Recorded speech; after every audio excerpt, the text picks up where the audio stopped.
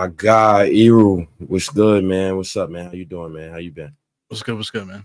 So I'm good, man. I'm in the crib, trying to do something different. Specifically for this live stream. Now I'm on what is this? Twitter Spaces live. So I'm doing both at the same time. The hell All with right, it. all right, cool. It looks But good, man. Looks and sounds good. oh, as long as it looks and sounds good. That's all we need. That's all we need, man. How you been though, man? I'm chilling, man. You got me up late today, man. I'm off. I'm off the next 3 days, so I'm good, man. I'm chilling. Oh man, yeah. Thank God you off. I'm not off tomorrow. I'm a little mad at that, but all right, cool, no problem, man. It's whatever. Yeah. But anyways, today on a late night, shouts to the New York Knicks. They gave us some news after a couple of weeks. We signed Landry Shamlet, a guy who shot damn near like 40% from three last season, but we signed him to Exhibit 9 deal. An Exhibit 9 deal is basically a training camp deal. It's a deal that if the guy does not make the team, then his deal would not be all the way guaranteed. But it's kind of different, right? Because when it comes to Exhibit 9, we know he's going to make the team. So even if you trade him by January 10th, his contract is going to be like guaranteed regardless. So how you feel about Landry Shamlet joining the Knicks? We got so many guards. It's like they're like everywhere. It's like, my Lord. It's interesting, man. I see somebody posted something about the Landry Shamit. Matter of fact, you shared it. That's where I first saw it. The Landry Shamit curse. You know, Oh yeah. yeah. I mean, I look at it differently. What I haven't looking at it from that angle. I'm looking at it like every team that he's been on has been really good. You know what I'm saying? He was on like 40 something win teams. He was on the 60 something win team Phoenix team. So he's been on winning teams. And I feel like whenever a team gets him, like when Brooklyn picked him up, he's like, oh, yo, they got Landry Shamet. Oh, they gearing up for the championship. So I look at it like that. Getting a guy like Landry Shamet is somebody that when you get him, you're like, okay, well, they're stirring up the back end of their rotation and stuff like that. So that's how I Mhm. look at it. I look at it like, yo, we got Landry Shamet. I keep saying Landry Fields. They look alike Oh too. goodness. They look alike. No But Landry Fields, bro. yeah, Please.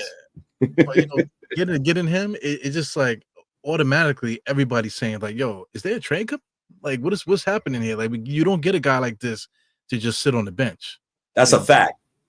That's a fact. That's stuck out to me first. When it comes to like guys like playing on the bench, Landry Shamley, he's been in playoff series, he's been in playoff battles. So to me, it's like you're not bringing him in just to bench him like you did Evan Fournier. I don't think that's possible. But on the other hand, it's like now Tibbs don't have the excuse to say, "Oh, well, I ain't got enough shooters." Well, now you do all across the roster. So I think this put even more pressure on Tibbs and puts a lot of pressure on a lot of other players. Because let's say if a player's not making their shot that night, like one of the bench players, right? Hart, any one of those guys. Let's say they're not making the shot that night. I'm gonna be like, put Landry Shamlin in. He need a 3-point shooter. And I hope management is thinking that way, but I hope it kind of forces Thibodeau to say, yo, you know what? I'm gonna have to play 10 this year. Because he got talent all across the board. I think when you got talent like that, is yeah. yeah, but even if he plays 10, Landry Shamet don't even fit into the 10 because he's the new guy now. So before you play Shamet, you got to play Deuce. Before you play, you got to play this other guys on the totem pole now that you got to play ahead of Landry because just for the simple fact that they were here before and they were here and they were productive. It's not like these guys aren't productive. So it's just weird to me. Like to get a guy like this because I mean, you know, a Trey has got to be coming, bro. A Trey has got to be coming because Deuce McBride, you got Tyler Kolek. People automatically penciling in Tyler Kolek as like a bench guy coming, coming up to come up for Jalen Brunson. But we got Deuce, like I said, and we got Campaign too. Cameron Payne averaged 10, double figures on for like a really good Phoenix team for like 4 years, man. So, you know what I'm saying? So that's another guy that's really good, great percentages all across the board too. Playoff experience. So how do these guys all get minutes? Just to add to it, this is part of the Phoenix Knicks now. Shamit, you got Campaign. You got Malik, Bridges. Mikal Bridges. Excuse me. Malik Bridges. Yeah, Malik Bridges. Mikal Bridges. You got Bates Diop too. Bates Diop was also on Phoenix, so you got like a little Phoenix Knicks on the team too. Now, here's when I present a question to you. We know how the Knicks been building the past couple of years. They've been building through foundational, family values. Shout outs to people in the chat, shout outs to Gilden. Salute everybody. Shout outs to Frank Matos, my guy Frank, man. Shout outs to you, man. Appreciate you, Frank. Frank Matos again. Payne McBride, DD Shamlin, all guards off the bench. Trade. It's a lot of guards to play, brother. Gotta play 10, even if there are injuries. I agree, Fritz. I strongly agree. Salute Eru, stay in the chat. Space Ghost, I appreciate you, man. For tuning in. No more 45-minute nights burning out players. Yo, that is a fact. And with that said, as soon as Landry Shamet signed, I thought about Mikal Bridges. And then I said, all right, you know what? How much DeAndre Ayton make? Because it's just no way you trying to figure out the players that the Knicks usually are targeting. But now I'm gonna just stick to players who our players on the team formerly played with. Because they're not gonna get players that I like. Like it's evident in the past couple of years. That's really kind of evident. They're not going to get players that I like. That's one. Two, I think the family thing, the family values matter a lot. And three, Aiden played with Mikal, so I think why not? Yeah, I thought that was a big point there. Just adding different friends and stuff like that. And DeAndre Ayton literally played with Phoenix for whatever amount of years, and they actually had good success.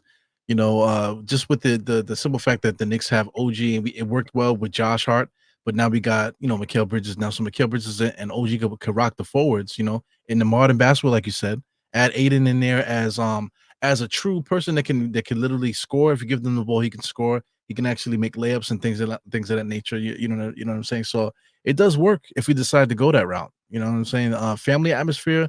DeAndre Ayton is kind of flaky. That's the only one thing about him. He's like overconfident, but doesn't really show you, the production that he talks. He talks a lot of shit, but the production doesn't match with the way he talks. As far as money too, he makes $34 million. You want to talk about money? $34 million for the next 3 years. Each year. Very true. He does make a lot of money. When it comes to DeAndre Ayton trade, even if we trade with Portland, the Knicks is in the first apron, so they would have to match it dollar for dollar on any deal that they do with Portland. With that said, when it comes to DeAndre Ayton, I don't want him on the Knicks. I don't want him nowhere near the Knicks. Another guy that's on Portland that I believe the Knicks going to be looking at outside of DeAndre Ayton, I don't like DeAndre Ayton, is Jeremy Grant. I don't like Jeremy Grant for the Knicks either. With that said, Jeremy Grant do protect the rim. Jeremy Grant do bring a different dimension to the New York Knicks. So does DeAndre Ayton when it comes to the center position. We all know about Mitchell Robinson. So I'm just trying to tie that in together. I see that. Matter of fact, let me pull this up myself as well. Try to pull up NBA Trade Machine. But when it comes to like Ayton and guys like Jeremy Grant, any guys that played with our guys, how do you feel about the whole family value thing? And when will the Knicks get somebody for Randle? Because I'm noticing like everybody else is getting players that they like. I'm trying to figure out who they're going to get for Randle. Yeah, when is Randle going to get his turn? Randle got his own family. He got his wife and his kids and stuff. So I don't think it really bothers him too much to have that. But it does kind of sting where he's been here for a minute and he's never had, them bring in guys, that he actually, rocks with. So what team did he come from? He came from Kentucky, right? Yep. So it's kind of like awkward with the players that he did play with. I don't think he played with many really good players, I guess, right? With Kentucky. I would have to click it.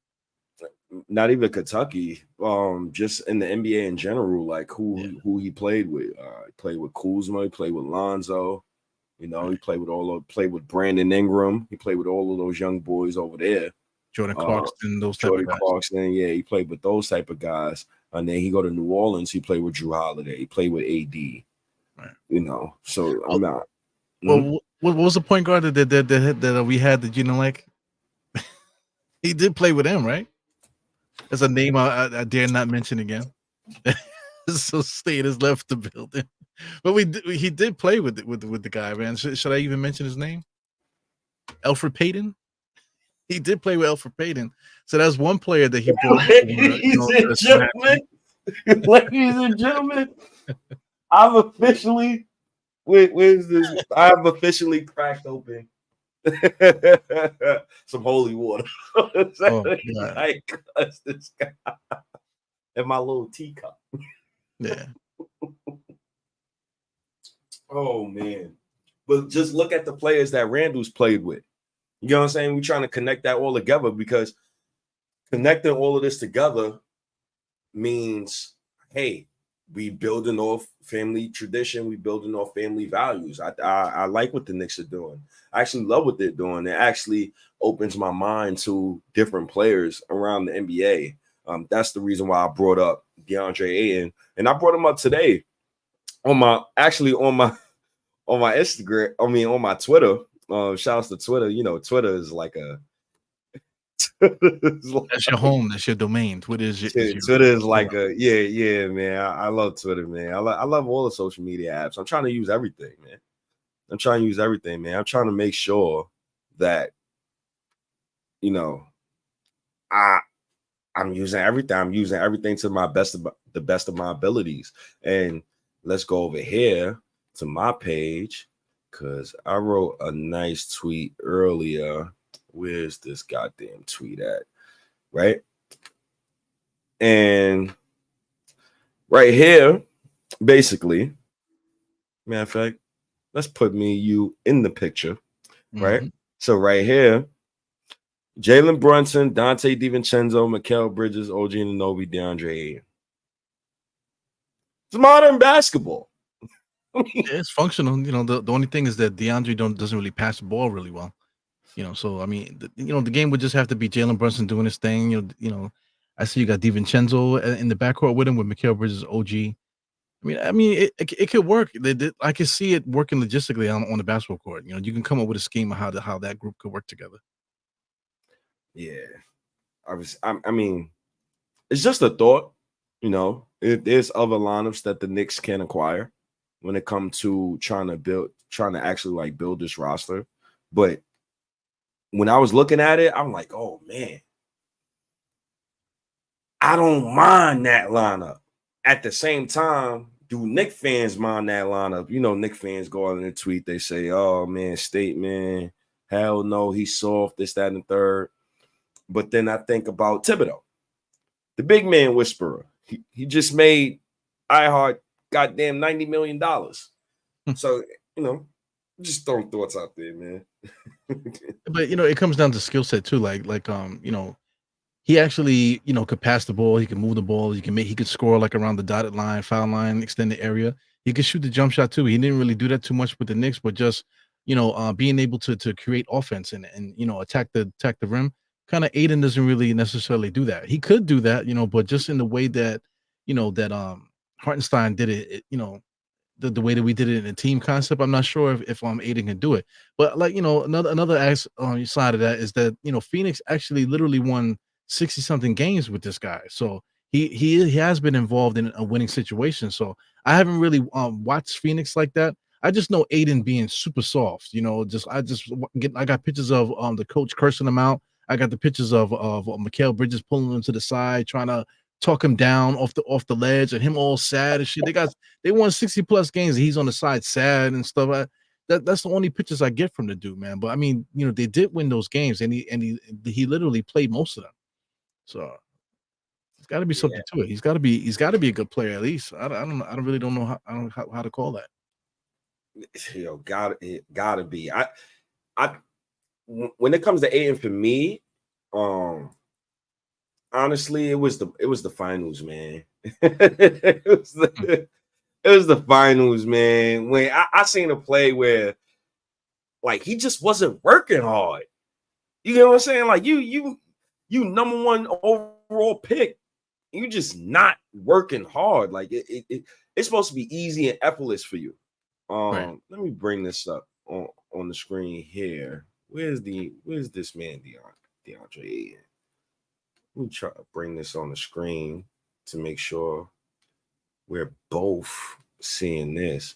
But when it come to him, you know, DeAndre Ayton, I think he's very skilled, you know, good basketball player. Last season he averaged 17 and 11, almost 2 assists, a block, a steal per game, which is actually impressive for a center. The 0.8 blocks, I don't like that. You too damn big for that. You too damn big. In his second season, where he actually, I believe he got hurt that season or he was suspended. It was a certain season where, he was either hurt or suspended. I guess he was probably hurt, but in his second season, he averaged a career high 1.5 blocks. So he has the talent and ability to. He doesn't bring it all the time, you know. Yes, that's true. I agree. You know, and he's from the islands too. He's from Barbados, so there's a certain pride in the Caribbean. You know what I'm saying? Most of the guys that come from the Caribbean, you don't have to tell them to play hard. You know, usually guys from they come from out there where they usually play hard. The skill is what usually they have to catch up with. You know what I'm saying? But this guy has the skill. He has all the tools that you need to be successful in the NBA. You know, he's getting his stats only playing 32 minutes per game. You know, playing in Portland also too, man. The Portland sucked. You know, they weren't a good team, and he still wasn't able to get up to 20. He should have been like 22 points per game, you know, playing on Portland, you know, but he didn't do that, you know. And I watched certain games, and then he was just out there like suggesting, just out there just doing cardio. Like he's just content with yeah, I'm out here, you see me, you know what I'm saying, you know, like that type of thing. And you know, and I'm rambling on a little bit, man. But remember, he got I think it was snowing over there, and he was like afraid to leave. He was late for practice because of the snow outside his apartment. I was like, come on, man, this guy is, you know, I don't know if he could survive in New York, especially that cold winters and stuff like that. Imagine that, you know. Oh my goodness. Oh goodness. I mean, that's understandable, right? I'm not mad at nothing you just said. I just think that a guy like DeAndre Ayton, who has played with Mikal Bridges, is a guy that possibly the Knicks might be looking at. I'm looking at anybody who's any current Knicks player who they play with.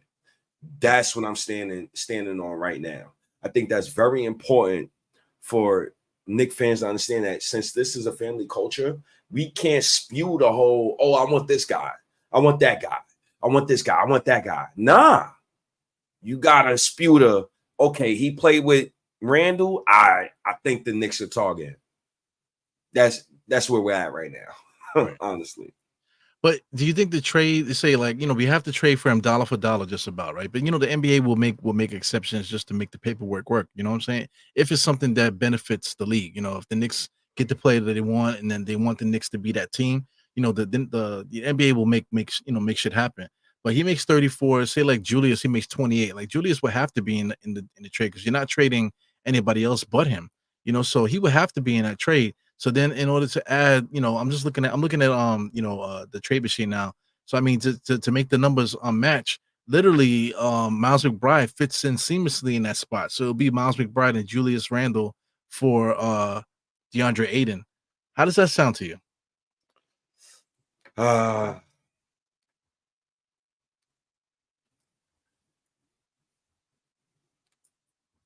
Honestly,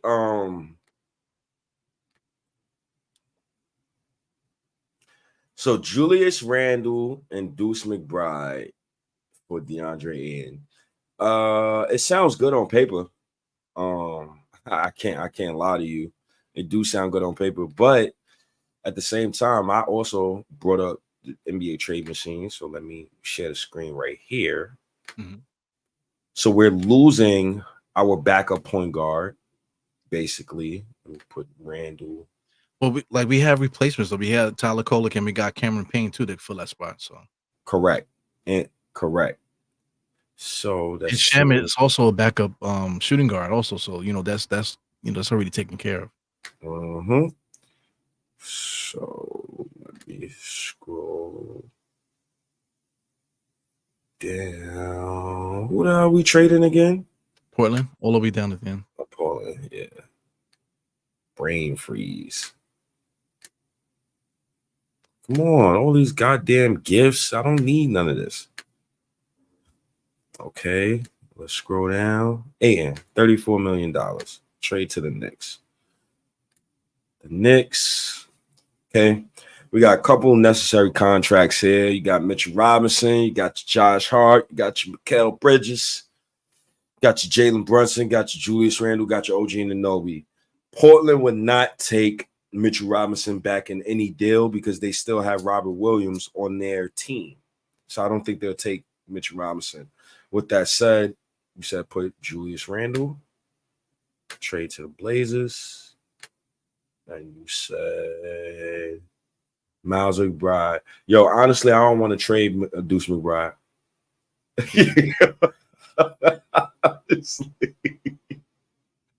I'm being so honest with you. I do not want to trade Deuce McBride.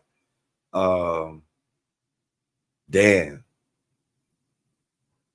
Yeah, the trade is gonna fail anyway once you get through it, because it's still not dollar for dollar, because the Knicks would still have to add something to that to make it work. So boom, let's see. Okay. We got it. I think the only way this trade will work, honestly, is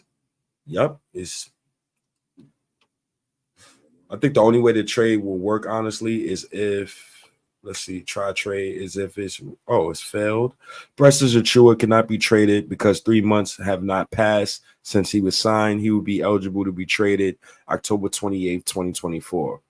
So this trade right here, I think works. Oh, you added Precious to it. Yes, I added Precious and Julius Randle for DeAndre Ayton. Mm-hmm. This trade works. So the reason why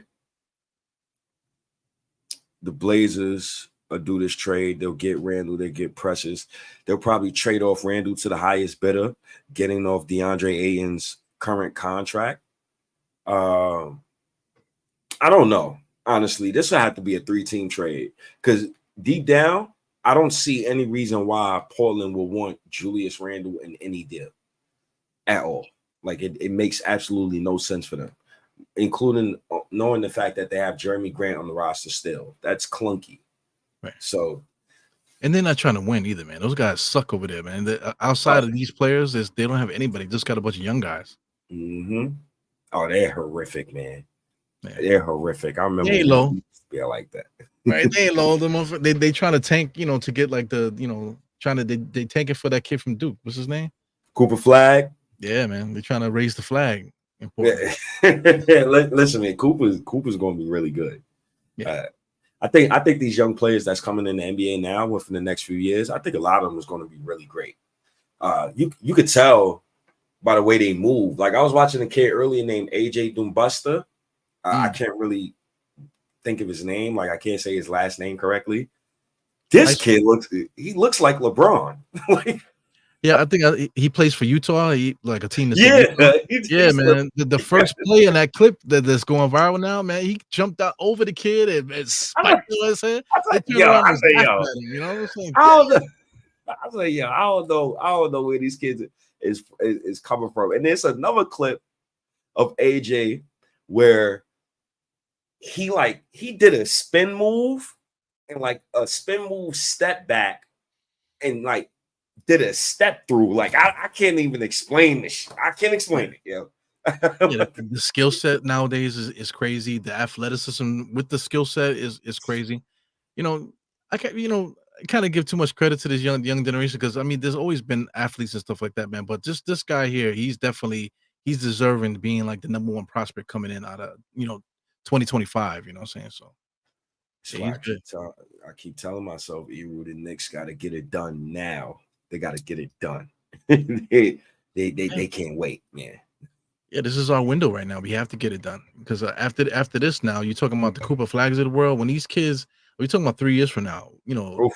This guy, Kean Anthony, he's gonna be a part of it too in the next 2-3 years. All these guys, all this talent is coming in because not for nothing, the last couple of years we haven't really had too much talent come in. We're still Mhm. riding the coattails of the old guys. Just look at the Olympics. There's not really no guys on that level really like that. Yo, honestly, we were spoiled. We were so spoiled, man. Yeah, I don't think we'll ever. No, we're gonna get another era of what we had, and I'm talking about the era of. Remember the beginning of 2010, 2010. Yeah, Dirk still in his prime. Celtics, you got KG and them boys. They were still competing. Kobe, he coming off a back to back. Braun just went to Miami. Melo on his way to New York. All that star power, like just star power. Because I put it like this: ask your wife if she know who Jalen Brunson. No, she probably know who Jalen Brunson is. You a goddamn Knicks fan, right? right. Ask your wife if she know who a random NBA superstar is. I'm gonna ask my girl. I'm gonna ask her, hey, do you know who this guy is? If she don't know who that man is, I don't think you're a superstar like that. Not yet. If she don't know Yeah, that's true, man. A lot of the stars at that time, they all were household names, you know what I'm saying? And then we just came off with other guys too, like, T-Mac and Iverson and all that. We just had like these iconic names, Vince Carter and all these guys. We have been spoiled. We've been spoiled since, I want to say, since like the early 2000s. It's just been nothing but stars like crazy. We're talking about Grant Hill and all those guys from back then, Penny Hardaway, Larry Johnson in his prime, all these different players. We always had somebody coming into the league. But lately we haven't really had that. You want to talk about my man from Minnesota. yeah, What's man. funny? Yeah, the Ant Man. He's a Love that star. man. Yeah, he's a star, but he's kind of just like not really there yet. Nah, he Because ain't nah. yeah, in the Olympics that was his time to shine, but he didn't really like seize the moment really. He kind of is like still sitting waiting his turn. Yo. Remember Dwayne Wade in his third season? He was killing. That's a superstar. Like, matter of fact, let me go step moves. Wade in his third year, I said, yo, who is this guy? Like, it's different levels, man. It's different levels, man. Like, these guys is coming in the NBA now. They're not as like NBA ready off rip the way they was like back then. Yo, oh my God, it's second season. Oh my G. Let me put this, let me share this with the people, man. When it comes to people like D Wade and all of the greats, Ant-Man is nowhere near D Wade. He won't be near D Wade for I think for about like 2 years. D Wade was one of the best, like easily one of the best defensive guards of all time. The Yeah. best shot blocking shooting guard of all time, the best shot blocking guard of all time, period. The fourth best shooting guard of all time, in my opinion. I'm gonna always put Allen Iverson ahead of him. And man, won a championship off his own accord. Go ahead, my fault. That third year, you're talking about, he won the championship in 3 years coming to the NBA. So Man, that nice. was Shaq had to call him the Flash. He said, it's your team now. You the Flash." You know what I'm saying? but look at the second season. And we talking about jumps. How you go from 16, 4, and basically 5, a steal and 0.6 blocks, right? Your second season, you go to 24, 5, and 7 with 1.6 steal per game and 1.1 blocks. Yeah. Come on now. Come on now. In his third season when he won the chip, come on, 27, 6, and 7. Come on now. Yeah, and you Like, mentioned defensively, he was on the defensive second team, NBA second team that year. mm-hmm. It's levels to the amount of skill that some of these guys had, like back in the day in the NBA right now. I know LeBron is on the outs. We know Curry's on the outs. Kawhi Leonard, 35. Yeah. God, like, man. you know? But these young boys, man, it's taking them years to develop, man. A guy like Grant Hill came into the NBA. Shout outs to Grant Hill. I can't wait to see another Grant Hill, man. I know Grant Hill was a special player. Maybe Cade Cunningham is like Grant Hill. Maybe I'm shooting it short for a guy like Cade Cunningham. But But Kate Grant Hill, Cunningham is good, but he's got to wait his turn too. His team is just bad, in Detroit. yeah. But he's been playing pretty good. We got a chance to watch him a couple times in Detroit. For some from get-togethers. So he gave the Knicks the business. I think he beat us one time. At the end of the game, he came on and beat us. By himself basically. You know what I'm saying? So he's one of those guys. He should be good soon. Grant Hill. Then you mentioned another player, and Tracy McGrady. And Tatum, Tatum has built up like a hell of a resume. I'm not gonna lie. Like Tatum has one of the best resumes in basketball. He might have the best current resume of any younger player under 30 right now in basketball, outside of Jokic. Like just mad accomplished. Tracy McGrady was really amazing, bro. Yeah, he was T-Mac, bro. He and this goes to your point, but I want to ask you: would you allow high schoolers to start coming back into the NBA, but understanding that it's the NIT deals? These guys could get paid and things of that nature. Looking at Tracy McGrady, his first season, only 18 minutes per game, 7 points per game. Second season, 22 minutes per game. That third season, 15 points per game. But that fourth season, now he's coming in the NBA at 17. So the fourth season, he's 21 years old. He was Donovan Mitchell's age, basically, when Donovan came into the NBA, right? Donovan came out averaging 20. But, is there ever going to be like another guy like T-Mac? Tracy McGrady ain't T-Mac. And when I say like T-Mac, I'm talking about in China, in the hood, barbershops, right? That type of stigma. I don't know, man. It's generational. I think at the time, at T-Max when he came into the NBA, like you just look at the different players that came in during that time. It was just a different breed of player. You're talking about Marbury's, you're talking about the Ray Allens and all that. All these guys are a different cut from a different cloth, just a different era. And plus and then they came off of Jordan too, off the strength of Jordan. You know what I'm saying? So that everybody wanted to be like Mike. So that was the player that everybody was driven for. So everybody played with that Michael Jordan, on a chip on his shoulder kind of thing. So everybody came into the league like that. Nowadays, I don't know if you want to blame, some of these major stars, but I feel like kids are coming into the league like, oh, I'm here.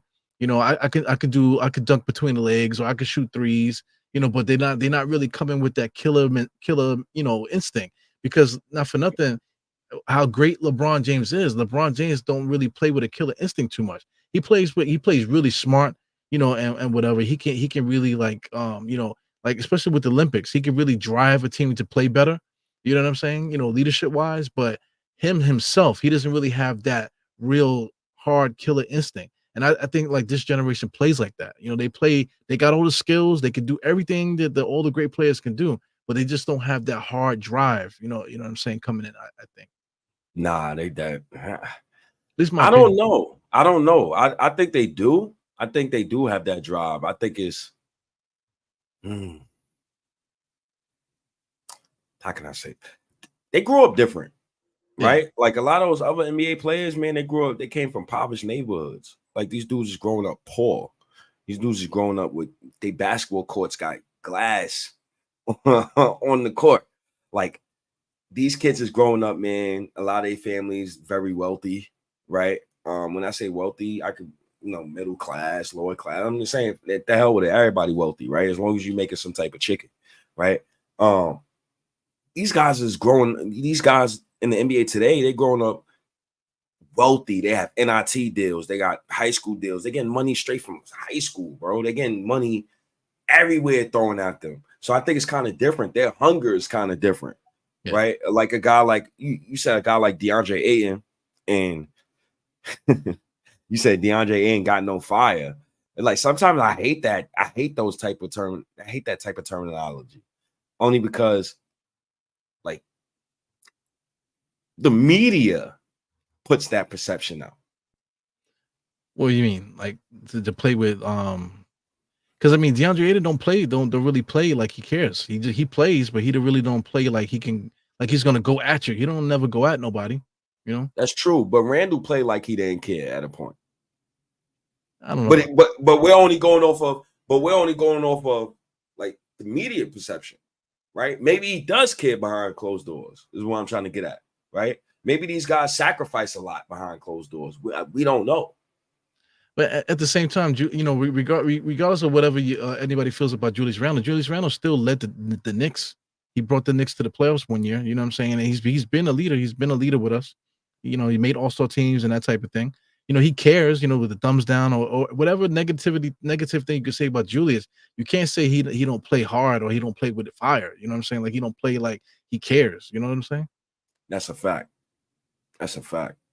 I just think that I just think that's so weird to say like a player he just don't love the game. Like you gotta sacrifice something in order to get into the NBA. It's only 450 of them motherfuckers. Like it's not a lot of them. Yeah, but there's a difference between like somebody he made it to the NBA, but it's just not it. I'm here to kill. But then you got other guys I made it to the NBA. You know what you complaining about, man? You a hater. You know all you do is talk shit. You know blah blah. But I'm here and you over there. You broke ass. That you know a lot of players come like that. You know, and then like you mentioned, like somebody mentioned privilege. Jay Cause mentioned privilege. You know, even kids like you know, did they just have parents that are working? You know what I'm saying? Like decent parents that are working and could put them in programs and stuff like that. So they just coming from a different place. Like kids don't play in the park like they used to. Like not even if they're in the parks. Sometimes I'm in the park, I just want to shoot around sometimes, and I'm looking in the park. They got cones in the park, and there's like a bunch of kids in groups doing stuff together. I don't remember seeing that growing up. You know what I'm saying? If you was gonna see something like that, you were playing like in the Gauchos or something big. It was something like really serious that you were playing in. But even those kids in the Gauchos were still playing in the parks, though. You know what I'm saying? So it's just different now. Just really different. Yo, you want to know what's so crazy? I walked past the park probably earlier. I walked past the park earlier. And when I walked past the park, it was a bench built with about 9 kids, bro. Like 9 of them. All of them was on their phone. Nobody was on the basketball court. Yeah. Nobody was on the basketball court. Like to the point where I looked at the double take, like, hold on, this. Oh shit, these motherfuckers. Oh, this really yeah, I had to double take, like, yo, they really don't play basketball like that no more. Like they really don't be in the park like that no more. I don't know, man. I don't know, man. You know, I'm right now. I'm in Queens, right? So there's a lot of Indians, there's a lot of South Americans and stuff like that, and coming in through the neighborhoods and stuff. So Yep. you know, like the next generation coming up, like how we came up, you know, blacks and Puerto Ricans, and you're talking about like Africans and West Indians and that type of stuff. We was in the parks because you know it was just, you know, basketball is a poor kind of like a poor person sport. You don't really need no equipment. You just need to just show up to the park. Whoever got a ball, then you could play. You know, so you don't even need a basketball. You could just have any kind of ball. You could really get a game going. So now I'm seeing like the Indians. I'm talking about red dot Indians straight off the you know, from Pakistan and whatever the hell. They out there, you know, in their sandals, you know what I'm saying, dribbling in between the legs and you know, actually they're the ones actually getting into work in the old school work playing basketball now. You know what I'm saying? So it's gonna be funny, like in another 5-10 years, we might see like, you know, Muhammad something from like, you know, Afghanistan, you know what I'm saying, gonna be like the starting point guard for like, you know, some high school team in New York, you know? Yo. Yo, he gonna be nice. It's gonna be nice like crazy, yeah, because I'm telling you, I'm seeing it. Like the parks are not filled with like it's just it just is different. Everything is different right now, you know? Yeah, it's super different. And yo, I was shocked when I seen no kids playing basketball. I was shocked. When I was younger, my mother used to have to like beg me to come in the house certain nights. Yeah. And then she used to have to beg me to leave the house because I'd be in the house playing the goddamn game all the time. So, Yo, me, I used to get my ass whipped because I used to be outside playing. I wasn't supposed to be outside, but I'm outside playing. thinking my mom's coming in at 5 o'clock or something like that. But nah, here she coming down the block at 3:30, and I'm trying to beat her into the house because she's coming upstairs to whip my ass. You know what I'm saying? She used to say my pops looking for me. But I used to be on the block. We had a hoop on the block. We used to play ball on the block. So I used to just be out there hooping, because like you just had to play. Even guys that really couldn't play, it's like you could like I felt like everybody could play just enough to get a good game going. You know what I'm saying? I felt like everybody was playing back in the days. Yeah, I played. I was and I was I didn't have no left. I'm gonna be honest with you. No left. My left was Gerber. Like my left was so bad because that's why being a point guard, I know it's man hard. I know it's man hard. Like trying to tween and then tween, and with your left hand, you doing a touch pass to a guy to your center for an easy. Yo, that is so hard, yo. Yeah, but how did guys get better back in the days? They didn't go to no they didn't look for a trainer. There was no trainers, nothing like that. You just went to the park and you just dribbled into and made stuff happen. That's why like some that like you can look at all these point guards that came from New York. I'm just speaking from New York specifically. Is that like you can see the creativity from each player. Like say from Harlem, who's the best ball handler in Harlem ever, man? You talking about Sham God, right? Sham God, Ali Mo. One Yeah, of so those two. yeah, so they had like a certain style. They actually play similar to each other. You know what I'm saying? The style of dribbling. You want to talk about Queens? You got Kenny Smith, but really Kenny Anderson. Kenny Anderson is like the GOAT in Queens as far as ball handling. He always kept the ball close to him, spin moves and stuff like that. So, you know, Yo, how nice was Kenny Anderson, man? he And, was yo, one of the I'm greatest. sick of hearing his name, man. And dudes, and everybody who say his name, because I got an OG at work. Kenny Anderson, yo. And he from Queens. He like, yo, Yeah, like his Kenny eyes. Anderson.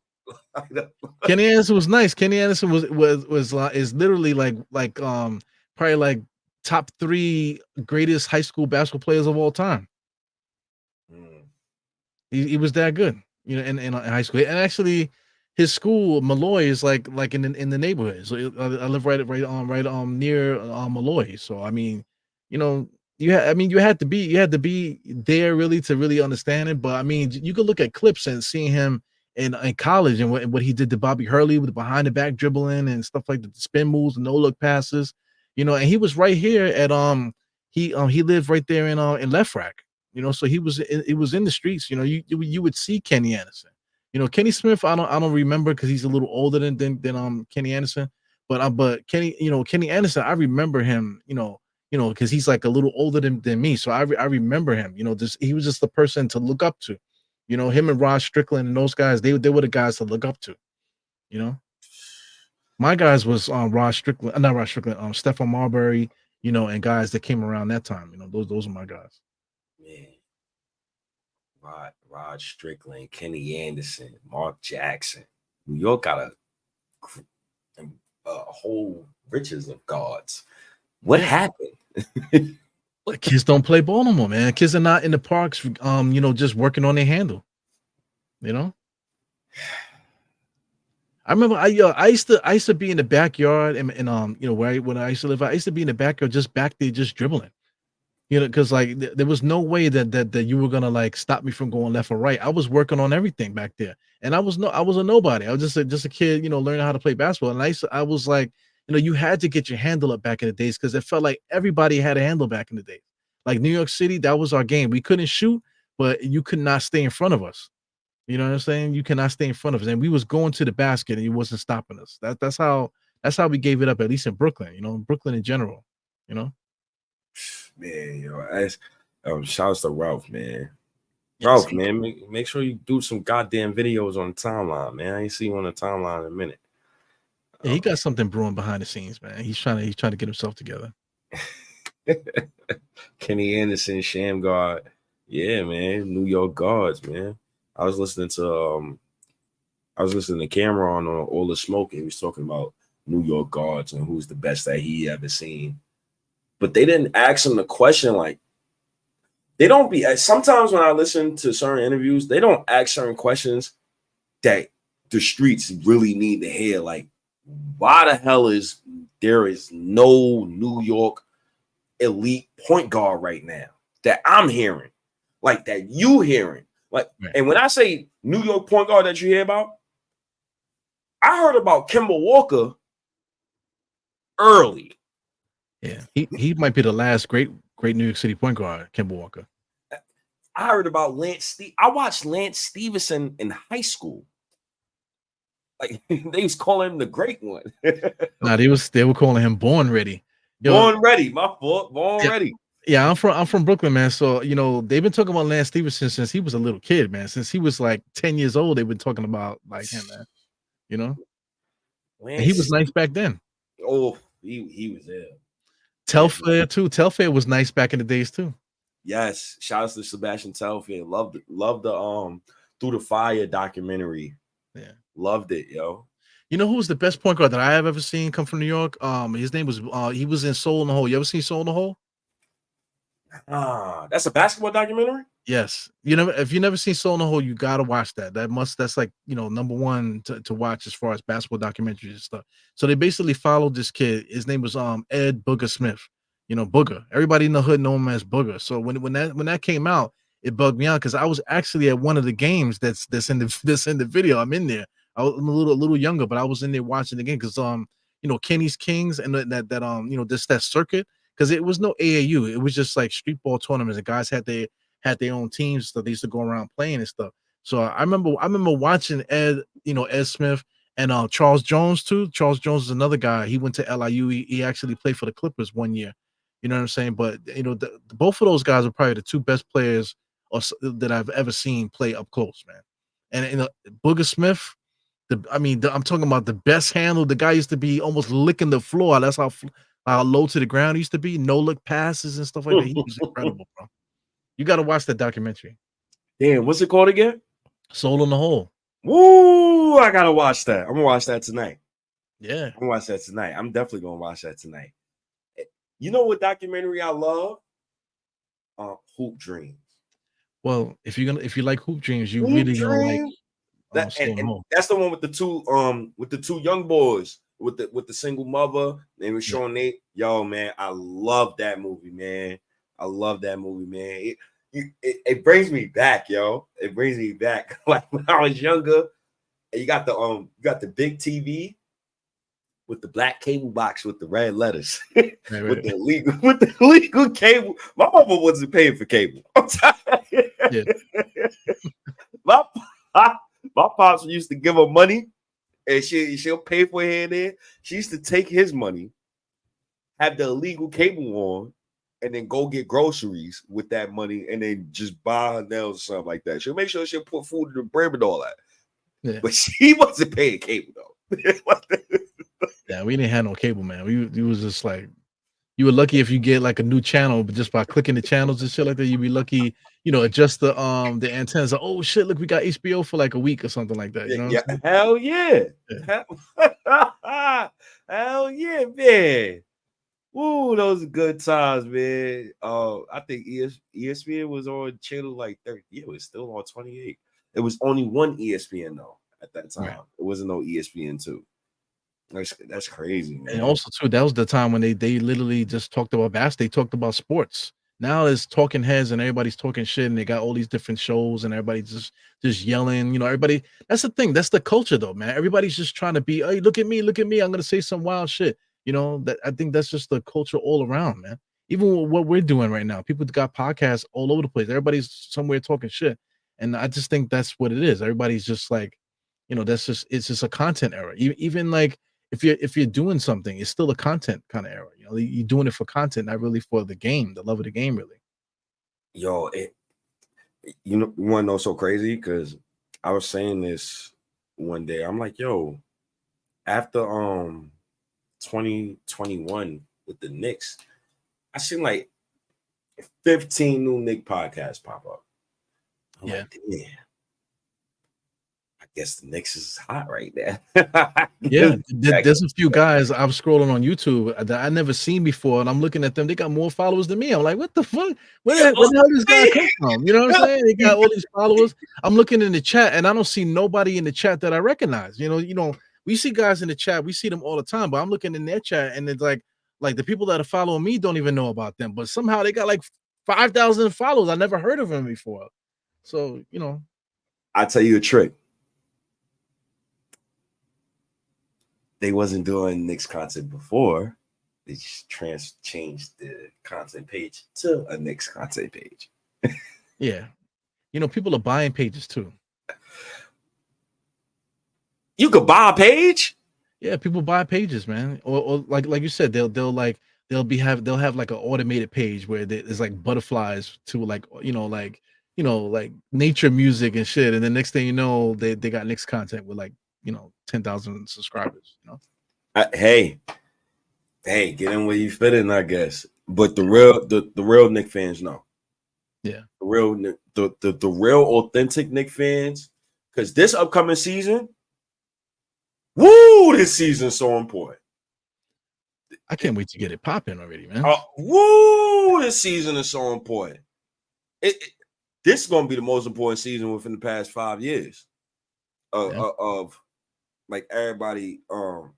Just from what I've seen, because I started doing this Knicks podcast like 2016, 2017. So I guess since 2017, this is the most important season. This is the season where fans shouldn't be attacking each other, at all. Nick content creators shouldn't be attacking each other. You shouldn't be telling another Nick content creator, "Oh, your opinion is trash," because you don't agree with what the team is. Those combos should be done. Championship or bust now. Those combos should be genuinely done. So this upcoming season, I'm super excited because now fans can't attack me no more. Wait till the season starts. Like there shouldn't never be anything this bad to say because we're gonna be good, yo. And it's not even just us saying that. We got national media saying, yo, the Knicks are actually they're gonna be like with the favorites in the East, like top 3 teams in the East. People are saying that now, and they're not saying it like, oh, really? You think so? Usually like say like, what's the chick's name? Them girls on ESPN, oh, really? You really think the Knicks are gonna do that? Oh, not a joke with anymore. That dumb nonsense. I forgot their names, man. They always, I don't know. ESPN got a sweet agenda against the Knicks. Sometimes when it comes to like Knicks talk, if Kendrick Perkins is not on the panel, I don't know if I want to hear them talking Knicks. That's just me personally. Yeah, I don't want to hear none of them cats, man. I don't want to hear. Shout out to Malika Andrews. Malika, she's cool, but the rest of those cats, nah, I'm good. I'm good on those cats. Cav, what's good, man? Shout out to you, Cav. Yeah. Shout out to you, Cav, man.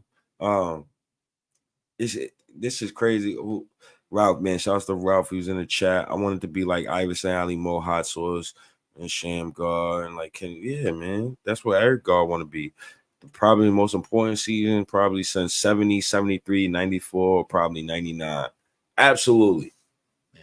All the championship years. Absolutely. Because this is a great team that we got. Kev, Coles, the Knicks and Ish. Shout out to you, Kev. Best team we had in years. You're damn right. You're goddamn right. This is a great team that we got. But it's only one question.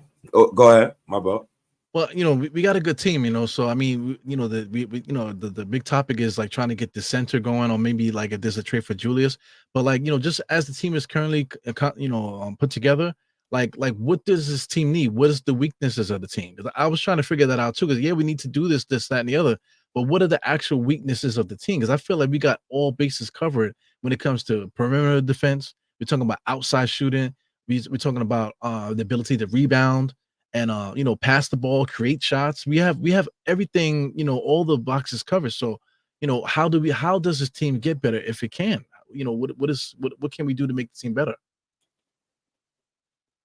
No weaknesses on the team. Well, what do you think our weaknesses are? The only weakness is the coach. It's the only weakness. And when I say the coach willingness to adjust and play small. That's why. Oh, that's the first weakness. The second weakness, Mitchell Robinson's health. Matter of fact, let me like this before I say this, because this stressed me out so much yesterday. I listen, man. I'm playing 2K Hero. Listen, man. Yeah, man. For those that watch me on the channel, man, you know I don't like Mitch Robinson at all, bro. So I really don't want to hear no shit about Mitch Robinson, to tell you the truth. Listen. Just listen. Just walk with me real quick. I'm playing 2K Hero. I'm in my career mode. That's sort of, I think I sort of think. The very first game Mitchell Robinson gets hurt. Literally, yo, this is not even no joke. No, very first game he gets hurt. That after that first game, in the game, they started running Randle at the 5, like exclusively running Randle at the 5, and it was making me think about Luke Walton. Luke Walton played Julius Randle at the 5 a lot of the time. I believe it was 49% of the time. In New Orleans, Randle played the 5 70% of the time. Anybody who don't believe me, we can Google this. You can go fact check. Matter of fact, I'll pull up my Substack here. So I looked up all the numbers. Yeah, Anthony Davis was hurt a lot that year when he was with the Pelicans, and you know the numbers was typical Julius Randle numbers. 28 and 3, I believe. Yes, typical Randle numbers, and a lot of those games he came off the bench. Right. So in the event that Mitch get hurt, hey, Tibbs, dig in your bag. You got Jericho Sims, man. I don't want you to do this what I did last summer. Last summer, I slept on Deuce McBride. I was sleeping on him, snoring. Good night. After the Quickly trade, yo, he blossomed, bro. He blossomed, bro. He blossomed into a 3-and-D point guard. Bobby Jackson. I give you Bobby Jackson, yeah, because Bobby Jackson wasn't a good facilitator, but he was a good guard coming off the bench. But you know, the thing with Deuce McBride is, he always had confidence. Like when let's say if he was playing, because in the beginning he wasn't playing good at all. He wasn't like, you know, he just didn't really know what to do. But you never had to tell him to play hard. That's the thing about Deuce McBride. So I just think from him getting the reps, him going to the G League and dominating G League and stuff like that, and just waiting his turn. Once his turn came, he was ready. He was ready to get busy. Yo, did you see his recent workout videos? I made a pod about this. You know, he's adding like drive moves to the basket because he didn't have that. Whoever he was working with before, he kept doing like everything was to set up a step back jump shot. But now he's working on moves that keeps him going forward. And in order to be a point guard at any level, you have to be able to go forward.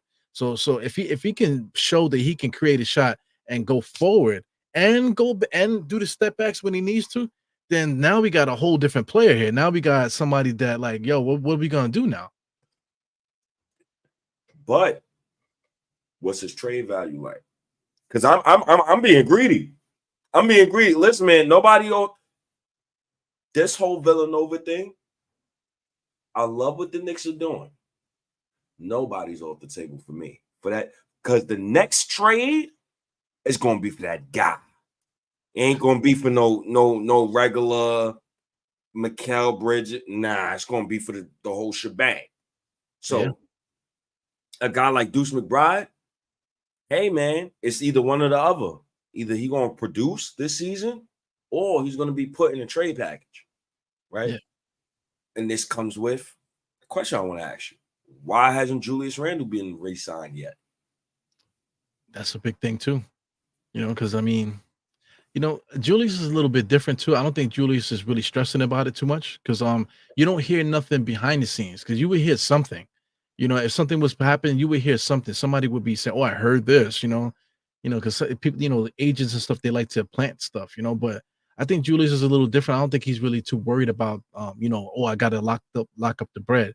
But you know, just from you know, just how it looks for the roster and stuff like that, and what we're doing and what we have done in the past, just based off of like, RJ, we didn't sign him right away, but then we ended up signing to a bullshit contract, knowing that we were gonna probably trade him later on down the line. You know what I'm saying? So I'm not getting that vibe from Julius, but I mean, but the writing is on the wall for something to happen though. He didn't get re-signed, That's how I'm Yeah, looking at it. that's tough because his contract extension is going to put us over the second apron, of course. Yeah. At the same time, it's Mikal Bridges. He's got to get paid. Yeah, that's the thing, the flexibility. Yeah, that's what I was getting at, the flexibility of all this. So when I look at Randle deals, I think the Knicks going like to try to like trade him. You're only going to be able to take back like young guys and draft picks. Like Right. that's the only way you're going to move off him. You're going to have to trade him to a team that has a surplus of young guys that want to add a guy who's already established on their team. And we have a team that's already established that probably don't need that player and we don't want to go over the second apron. Right. So the only team that I see that happening with is Houston. It's the only team. Mm-hmm. He's from there too, so that I see what you're getting at. But they do have, they have a young guy, and they have some people that they can. I mean, I'm right there with you, man. Right there with you. Not for nothing too. The Knicks already have like replacements or like options on the roster currently. Without if you was to like go the opposite way, let's say like if when we was talking about DeAndre Ayton in the beginning, let's say if we did that trade, we still got guys that can fill in. Like this guy Chume Oki, whatever his name is, Okuke, whatever his name is. Yeah, he could be a backup power forward, and then we got the other kid, what's his name? Yeah, Bates Diop is on the roster still. You got Precious. Precious could start, So we got guys on the roster that could fill in if something that was to happen. But I'm right there with you with the Houston thing, man. I'm gonna pull up their roster now. Houston got a couple of young guys, couple of young contracts that the Knicks can deal with. When it comes to like trading Julius Randle. So let me go back to the trade machine. This time I'm going to use the ESPN trade machine, which I wanted to use last time because I think the NBA trade machine is easier. So let me add this share screen right here. So now we have the NBA trade machine. Mm-hmm.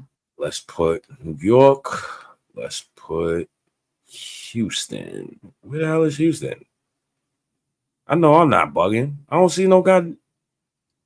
I'm bugging? Oh, is there yeah, I'm bugging. All right, Julius Randle right there. Boom. So now the Rockets, they have $28 million. We have to keep in mind, we have to be mindful for the fact that the Knicks currently, they have to trade anything dollar for dollar. So you have to match the deal. So off rip, when I'm looking. I want Sun Gun, bro. So if we can get Sun Gun off that roster, damn, son. But I don't know if you get teams, though. He only makes I 5. don't know, man. It's funny because I wrote a Substack on that about Sengun. Like Sengun is probably the perfect fit for Thomas Thibodeau. Yeah, he is so skilled.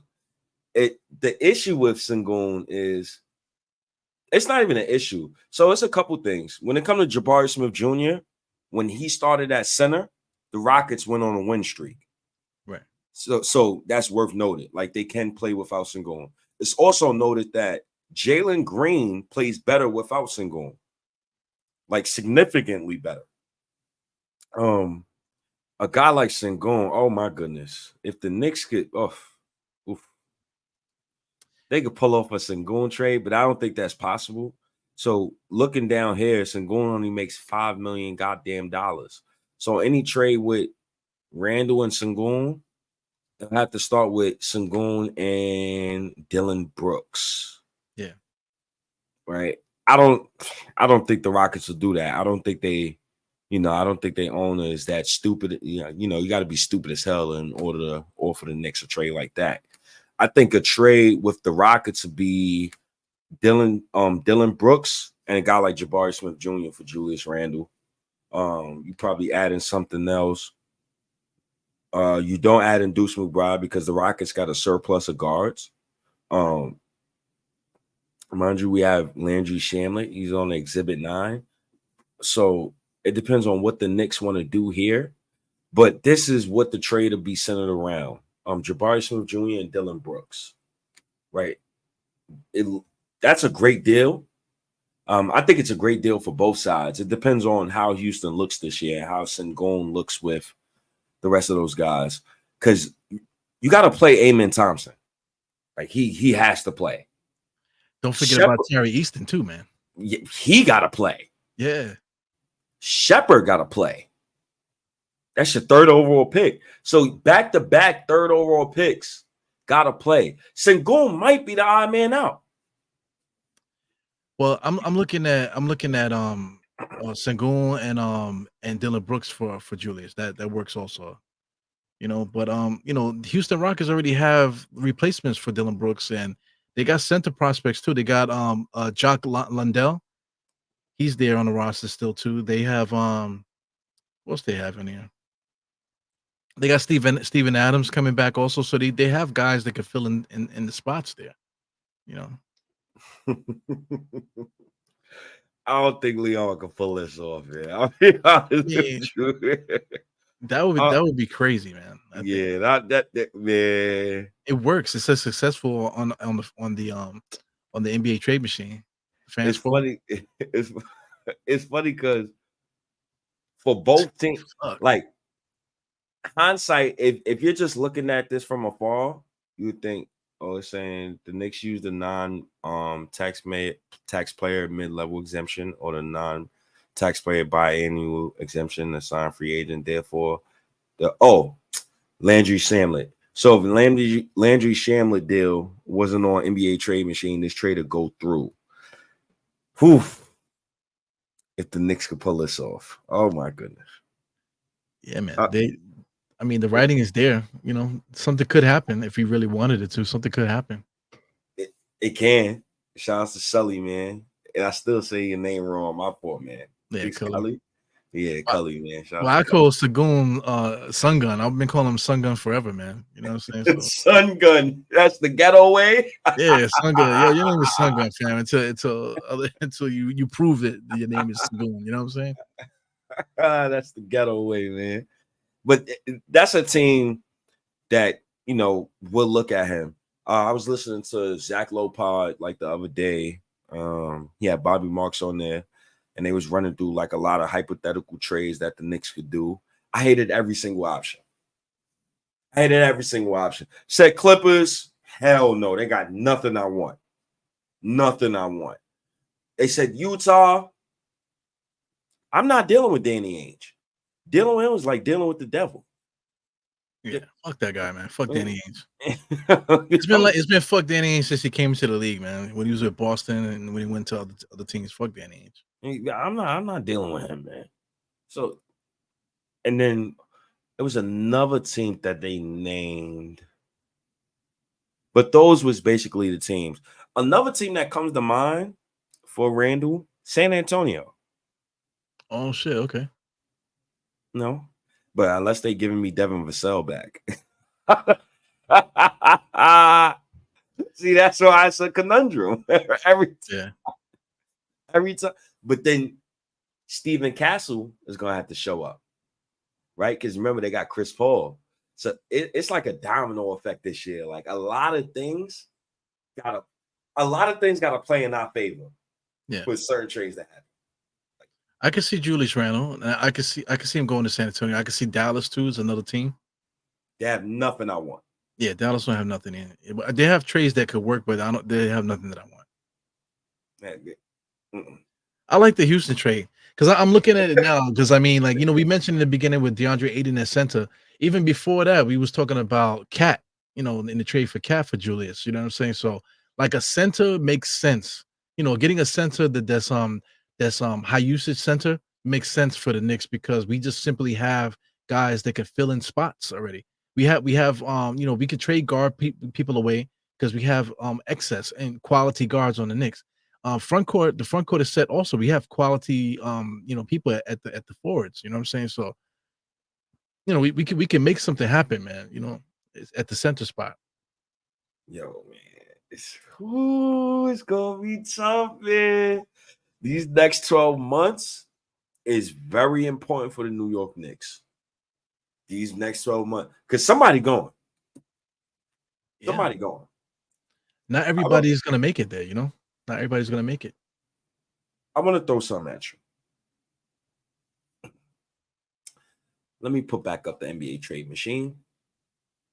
I want to give you a scenario, right? In this scenario that I speak of, let's say the Knicks go to the playoffs. Let's say the Landry Shamet curse is real. Let's say it's real, just for conversational purposes. You got Julius. He's going in a year where, we don't know if he's going to resign this, that, and the third, right? So you got Julius. You got OG Anunoby. Together, what is this? $64 million? Together, that's about, like $64 million. Do you think the Knicks are entertaining any deal with those two going into next summer? Because this is off the premise that you just got 3 straight second round exits, right? So you follow through with the Shamet curse. 3 straight second round exits. Your coach, Thomas Thibodeau, we don't know what's going to happen with him. If they're not going to fire him, you can't come back to me as a Knicks fan and say, let's run this same iteration of this roster back after the previous summer you traded 5 first-round picks for Mikal Bridges. Right. So what would you entertain anything next offseason if that event transpired? Well, one thing we got, that curse thing, we got to stop that, because the curse that, just even saying it casts a spell.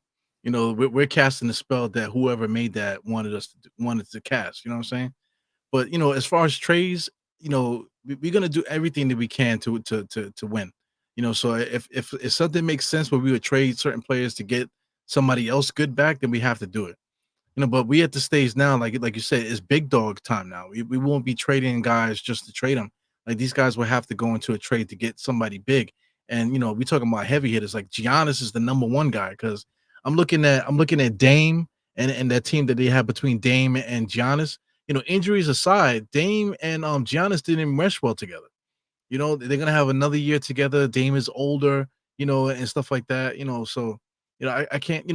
It's a possibility that might get broken up. So I mean, Giannis could be available, and we have at the currently is constructed, we can plug Giannis off that roster, no problem.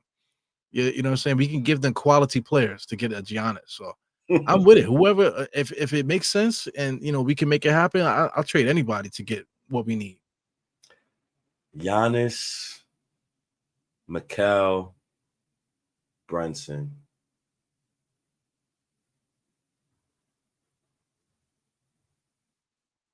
I need a better starting shooting guard before I could buy into that. I can't buy into that right now. Well, better than who? Better than DiVincenzo? Yes. I love Dante. I love Dante. He plays really good defense. That is a good 4, though. Giannis, Mikal, Dante, and Brunson. It's just Dante.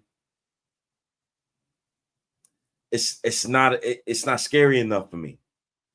It's not scary enough for me. It's not. You know what I'm saying? Like, it's not enough. Yeah. Well, we still have excess talent though. So let's say if we was to get Giannis, we make the money work. We get Giannis by trading away certain players, right? So,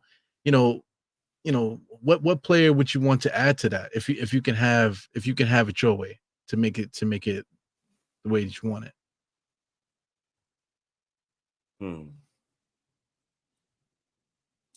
I think in an event like that, that's where Pacom Dead Deck comes into play. Like, I see you got to go in the infrastructure, because I don't see an outside talent that's going to shake loose to where we're just gonna have to we'll be able to get that guy. Not in today's NBA. I think we're gonna have to build from within when it comes to that point. So then become the adept. That's when he becomes important, right? He's only 18 though. He's like just turned 18. He's really young, you know. We'll see. I mean, We'll you can't see. really bank on him to do anything now or No, next this year. is You know? not. This is not a now thing. This is a next year. He averages 8 points, shoots Okay, about good. 37% from three, 46% from the field, but we play him, right? He's getting his little 15 minutes per game. But that's where your infrastructure shows. That's how dynasties are built, honestly. Your infrastructure has to be so good, man. That even in the event of a trade or you lose something, your infrastructure is good enough to where you can still win a championship, a la Golden State. Man, fuck Golden State, man. You know what I'm saying? It's not fuck Like them, but fuck yeah, them, but but the thing with Golden State, they were just lucky to get Curry. They got all those guys, Klay Thompson, those guys. They was able to get them in one shot. But afterwards, they didn't really do nothing, draft wise or nothing to build up behind them. Because right now they still living off of Curry. They don't have nothing out, aside from him. so they drafted well and overthought it. When you draft a guy like Poole, you won a championship. Poole averaged 17 off the bench that year. Traded Poole, right? Ever since you traded Poole and those other young guys, you still got Jonathan Kuminga, but you were supposed to have that sit down with Klay and be like, yo, Klay, you can't be the starter no more. Still pay him his money, but he can't be the starter no more. Like, I think that's the sit down that they should have had. Like, even I think he would have been good if he would have got paid. If he would have got paid, he would have never caused the ruckus. Well, Klay, right? Yeah. But sometimes guys just gotta go. They've been there a while, so that it's just time to move on from them. But what did they move on from though? What did they move on to? You know, Moses who's Moody. and Moses Moody been on that roster for a minute. He should have been in the mix. All this time, Moses Moody. Yeah, Steve Kerr's time. I guess it's time for him because Steve Kerr is a guy where you got Steph Curry at 36, bro. You got 3 years with those young boys. They supposed to be ready to produce now. They only got 14 guys signed at the moment. They got, they signed Kyle Anderson. Lord have mercy, Kyle Anderson. They signed Buddy Hield. They signed DeAnthony Melton. Those are the guys that they signed to replace the great Klay Thompson. You know what I'm saying? So Steve Kerr going to be running 11 this year. I don't know. Because that's the only way that's going to work. You're going to have to run a 10-man rotation. Yeah, they didn't really have they're going to be middle of the pack. They're going to be as good as Curry is, Yeah. And last year they weren't even all that great. Last year they were 46 and 36. They're gonna be toting the line with between that record and like 500. They're gonna be like that type of team. Nah, they're gonna have under 40 wins. Unless Jonathan Kuminga shows a pulse. One of the young guys got to show a pulse. Somebody got to become great as an individual player. Yeah. That's the only way that's going to work. Some of these guys, they're good, but some of them just don't become great. That's why a lot of people don't like Aiden. They look at Aiden and be like, yo, man, what's up with you, big dog? You don't like the game? Yeah, if he wasn't like that, if he wasn't so pouty and whiny and like so cryptic in interviews and stuff like that, then people wouldn't really say, they wouldn't really care. But he's like so cryptic and he was like talking like somebody was like I saw him in the interview. He was like talking shit. He's like, yeah, you know what I'm saying? Because I'm dominant right now. It's the first time where I feel comfortable in the league. Like he's talking shit like that. But motherfucker, you're averaging 16 points per game, bro, on the worst team in the NBA. What are you talking about? It's not like you were dropping 30 now. All of a sudden you going crazy because Mikal Bridges was giving you like the business when he first got to Brooklyn. The year after that, they start, the defenses found him. But Aiden going to Portland, like he should have went off that first year. He should have been going crazy. He should have been at least averaging 20. He was just doing the same thing he did in Phoenix with less talent. Yeah, he need to get smacked upside his head. Boxed upside his head. That's what they say out there, right? Yeah, man. Because I don't want. Yeah, I don't know, man. Knicks got so many options right now. We don't have a lot of questions no more. I think that's the best thing, Yeah. right? It's not a lot of questions no more. I think last but not least,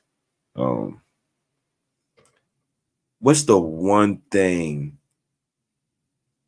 that you want to hear from the Knicks training camp? Like, if there's one thing you want to hear that you know for a fact is going to carry in the next season, because usually Knicks, they're like share snippets here and there. Like, for example, before the COVID season started, I think they shared Randle, and they saying Randle was coming in the gym. He's like, he was locked in. They saying, he came in the gym, he was in shape. And then remember the season after, talking about 2022 season, they said Randle came in, he wasn't in shape. You see how he played that season, right? So I think a lot of that holds weight. So what's the one thing that you want to absolutely hear from training camp? Like, oh yeah, I know they ready. Well, when Derrick Rose was here, the second time, they asked him the same question. What do you think about what's happening? And he was thoroughly impressed by the way how everybody was prepared for the season. You know what I'm saying? So he was impressed by the competition also too, that was happening out there. Who did he big up? He bigged up somebody. I don't know if it was Deuce Quickly. McBride. He bigged up quickly. But No, he picked up Deuce too. No, he picked up Deuce, matter of fact. Yeah. So that's what I want to see. I want like players to talk up other players. You know what I'm saying? I want them to be talking about each other. Yeah, man. Guys are showing up. The intense practice is intense. We getting it after it. You know what I'm saying? Because I mean, most good teams when they're really good and they about to go in, when you see those little interviews or whatever, like you can see it. You can see like it in their eyes. Like it's not bullshit. You can really see that these guys are like, they're for real. This is a real thing right now. You know what I'm saying? So that's what I want to see. I want to see the intensity. Like let's say like the first time Derrick Rose was here, when Derrick Rose was like, yeah, I think, we're one of the super teams, but then at the same time, what was the other dudes? One of the other guys that they was signed, the backcourt guy, he was always fucking around. He was always joking around and whatever. Even like if you went to a game during that time, because the Knicks sucked, you can get cheap tickets at the time. Knicks were bad. But you can actually hear the guys on the bench talking. You know what I'm saying? Having conversations. You can hear them shouting out things to the crowd and stuff like that. So they weren't engaged into the game. So you saw that early on in training camp. So you saw that. Like if you go to like some of the guys, you get to go to the open practice and stuff. So you can see different stuff like that. You can see it, so you can almost tell, oh, the Knicks they're gonna be good this year. You could just see it from that. So that's what I want to see. I want to see like those little signs. That first Ian Bagley report, and you say the Knicks have been playing Randle at small ball center a lot in training camp. Yeah. And once I hear that, the jerseys, right? Once they start announcing the blue, he got on the blue jersey today. You know what I'm saying? But that's what I'm looking. That's what I'm trying to listen to or look out for. Yeah. The small ball lineups. Small ball. You're not going to beat the Celtics without playing small ball. That means Randle will have to play the 5. He has to. Now, he's coming off a shoulder injury. Cool. I ain't babying. I don't think Julius has ever been baby. Remember when he bust both his ankles? He just came off a surgery. And guys like, oh, it doesn't make a difference. You know what I'm saying? He got to bring the effort. You got to bring the effort. With two ankles that he has surgery on, 2 ankles. I was on this case. Yeah. So I don't think Julius ever gets the the benefit of the doubt. People don't give a fuck about Julius, man. They're like, fuck you, man. Get out there and perform. You know what I'm saying? Yeah, that's crazy because shout outs to Unc, man. Shout outs to Unc, man. Unc brought it up when it comes to Jalen Brunson, right? Uncle Freezy was like, yo, why we always talking about Randle defense? We don't never talk about Jalen Brunson's defense. I was like, yo, you right. But we don't pay that little 6-foot motherfucker to play defense. I don't know what's up with Freezy though. Freezy got something against Jalen Brunson from the beginning, man. But you know, Jalen Brunson sacrifices his body on defense. He might not be like yeah, Brunson doesn't get steals. He doesn't go for steals. And that's just the way he plays. But No, he no, will he got steals this season though. I, I think he I don't averaged a think he steal per got game. let me see what's I going think on he with his averaged stats. a steal per game, yo. But for Brunson went off this year. but for point guards, usually guys are at well, he only had point 0.9 steals. Well, I give him a steal per game. Yeah, but point guards, in his class, usually about at least 1.4, 1.5 that in that area. Brunson is like not even he didn't even clear one. You know what I'm saying? But aside from that, Brunson doesn't gamble on steals and stuff. He does stay in front of his man pretty decent. You know what I'm saying? But one thing about Brunson is that he will take charges. That motherfucker gets slammed to the ground on both sides of the ball all day long. You know? Top three in the NBA in charges taken. Yeah, and then the way that he plays defense allows somebody else to make a play. Yeah, You know what I'm saying? So he plays his position well. He just doesn't gamble when it comes to steals and that type of thing. yeah, he very sturdy, very not like Kyle Lowry, but Right. kind of like Kyle Lowry, very sturdy. Kyle Lowry in his prime could defend his butt off, and Fred VanVleet too. Yeah, both sturdy short guys. But I want to hear about the small ball, man. I'm definitely excited for this upcoming season, man. Hopefully, we get news this week or the week after of when training camp starts. Because when training camp starts, that's when we know they ready to go. yeah. It's a wrap out here, man. We've been acting up the last couple of years, but this year is going to be different, man. I don't know about going to games because the prices of the Knicks games are going to be up this year because the Knicks are going to be really good. So I don't know about going to actual games, but being around the Garden and just meeting up and hanging out and stuff like that, that's going to be a thing this year. You know what I'm saying? So I can't wait. I'm looking forward to it. I already said goodbye to my wife already. You know what I'm saying? That, as soon as the season comes through, man, it's over, man. I hope to see you in the spring. You know what I'm saying? And if the Knicks win the championship, forget about it. You might not even see me for, you might not even see me until like 2026 out this motherfucker. You know what I'm saying? So, we'll have to see about that. But yeah, we definitely gonna have to see, man. Oh yeah, man. It's the 15th of September. We almost there, man. yeah. Yo, man. How long we been up here? It's almost an hour and a half. Yeah, it was late, man. We'll let you get out of here, man, so you get some good rest. Yeah. No, I'm sleeping myself, man. My nephew, he just want to jump up all day. I ain't got time for that, man. I'm never tired, bro. I'm never tired. I think I'm getting old now that I don't even feel tired anymore. I sleep. I sleep when my body say, all right, that's it. And then I take a nap. That's what I do. I just be taking long naps. I don't even sleep no more, man. Long naps. That's like 2-hour naps. Yeah, like 30 minutes here, 30 minutes there. If I can squeeze in 90 minutes, it'll be good. Maybe 3 to 4 hours at night, maybe. Man, said maybe. I'll be damned if I get 3-4 hours of sleep. I don't know how you sleep, man, because like between just doing this pods, you doing YouTube pods, you're doing Twitter spaces, you're doing what's the Substacks articles, you're doing like and you still have time to play 2K and all this other stuff, man, and traveling back and forth between the liquor store where you live at and stuff like that. It's a lot of stuff you're doing, man. Just trying to keep myself busy, man. You just gotta keep working, man. God, just work hard. People respect when you work hard.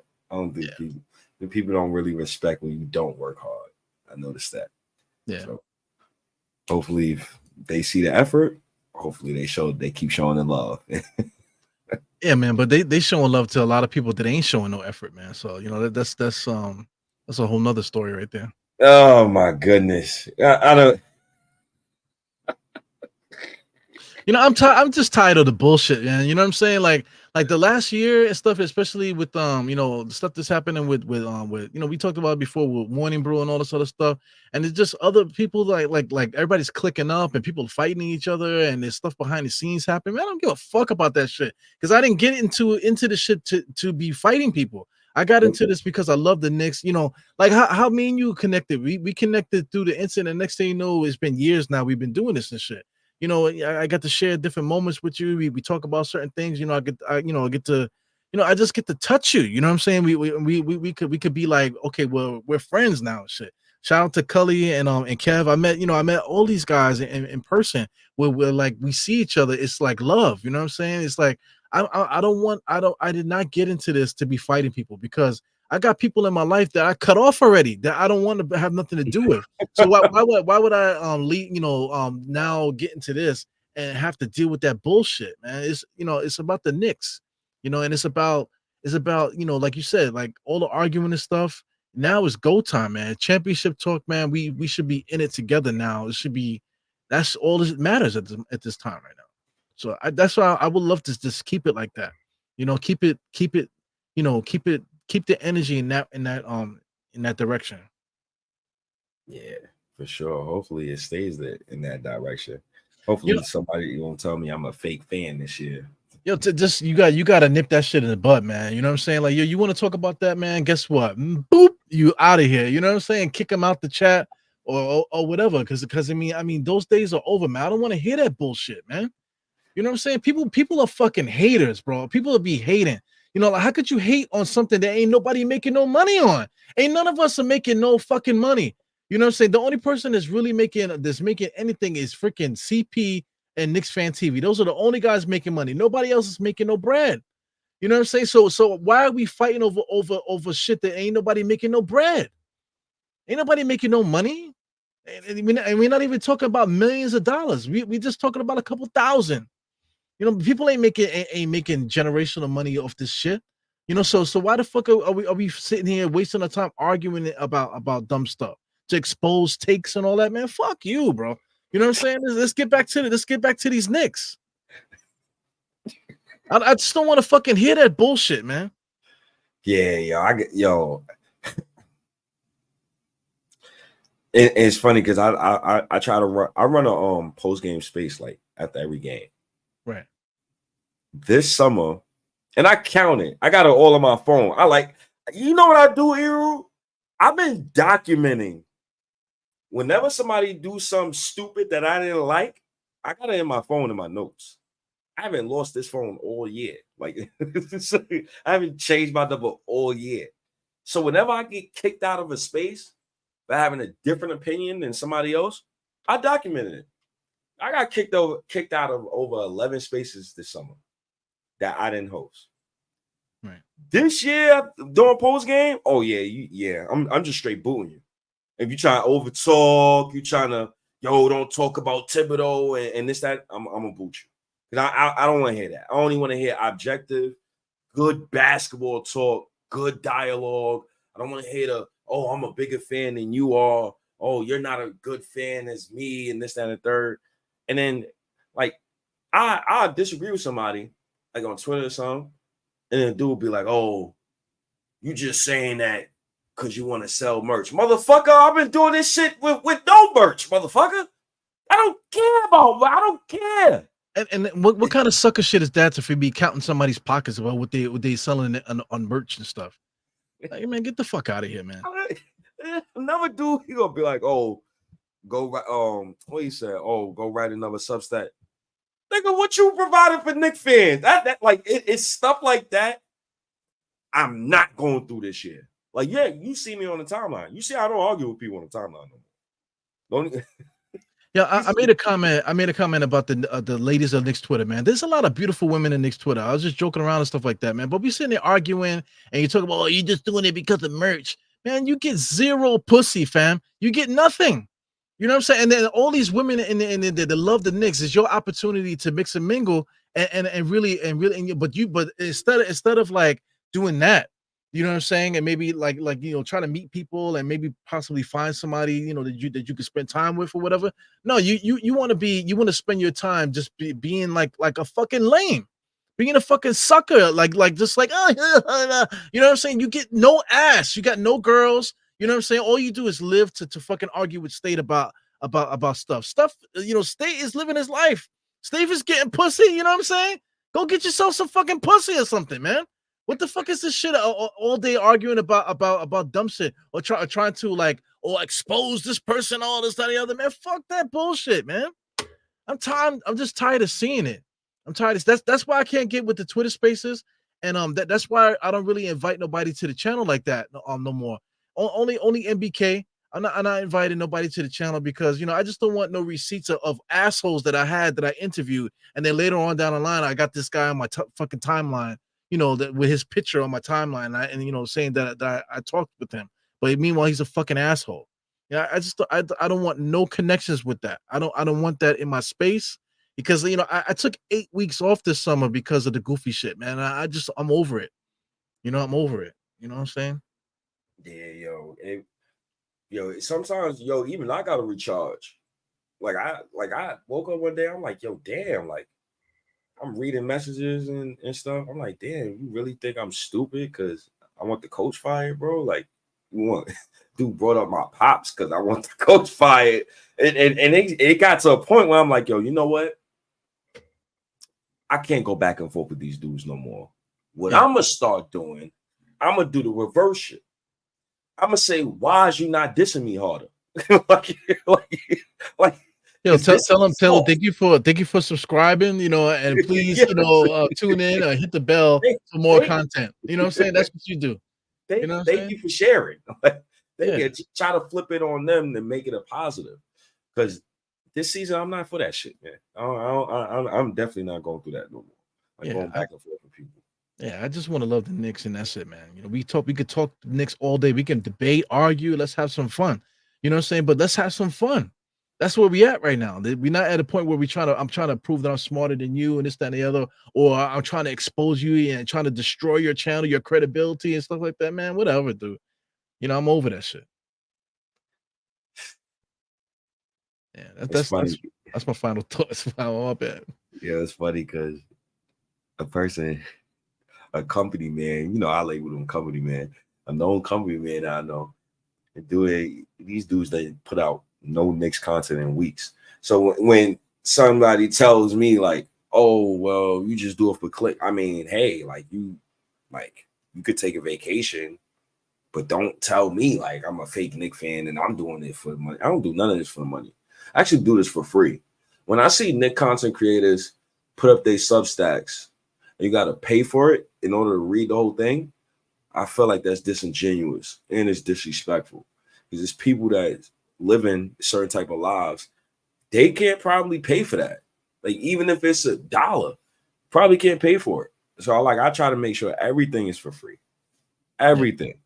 Because if somebody outside, they want to shoot us a nice little a deal where they want to sponsor, all right, cool. That's the end game, really, though. Like, let's say, like we all want to get paid for it. I would love for us to have a show where we actually getting bread for the stuff. That would be really nice. I think that's everybody's goal. But like the goal shouldn't be to shoot down the next man just to get what you got. You know what I'm saying? Or just to see somebody working hard as you're working, and then would rather just discredit or try to make you look like an ass, to try to get people not to watch you. You know what I'm saying? It's the worst, man. It's like I said, because there's Knicks content creators that got 5,000 subscribers. And I never seen them a day in my life, So I mean, it's a big, and then there's like content creators. I can't think. Oh, shout out to Vibes. Remember Vibes? What my man's name? Mm-hmm. I don't know what's up with him. Yeah, I haven't seen. Yeah, I haven't seen him post anything. So people come and go. They come, they come, they go. They disappear. They come back. You know what I'm saying? So it is what it is. There's a lane for everybody. So anyway, that's what that's about. Yeah, man, it's difficult, man. A lot of people starting to realize it. It's hard to be consistent when you're putting out really good content and then like nothing's become of it. So it's like at a certain point you got to be like, you know what? Maybe I can do something else now with my time. That's true. There's a difference between a diehard and a passerby. That is a fact. Yes. If I try to put my heart and soul into everything that we do and we try to put out. Eru, I'm tired, man. Yeah, I know. I mean, I just got my second win. I'm about to start. I'm backing you exhausted. down now. You know what I'm saying? I'm exhausted, man. I'm asking for the ball in the post now. You getting tired? Let's go. Let's go. Yo, what's our last words before we get out of here, Knicks fans? You know where you can find me. You know where you can find the merch. Obviously, you can see this right back in here. Die Hard State of Mind. Always got the hashtags out. Please like and subscribe both our pages. Substack articles, Twitch, everywhere. SOIK gaming, everywhere. So we're trying to do everything, man. Yeah, no doubt about that. But anything you got? No last words? I'm just I already been talking about shit for like the longest, man. My thing is one thing I want to say, like when you meet me in person, when you meet State in person, like we're regular people, you know what I'm saying? So we on here, we sometimes we get a little animated and stuff like that. This is only one part of our personality. But when you come out to Knicks events and stuff like that, don't be intimidated. Don't be expecting it to be certain type of thing.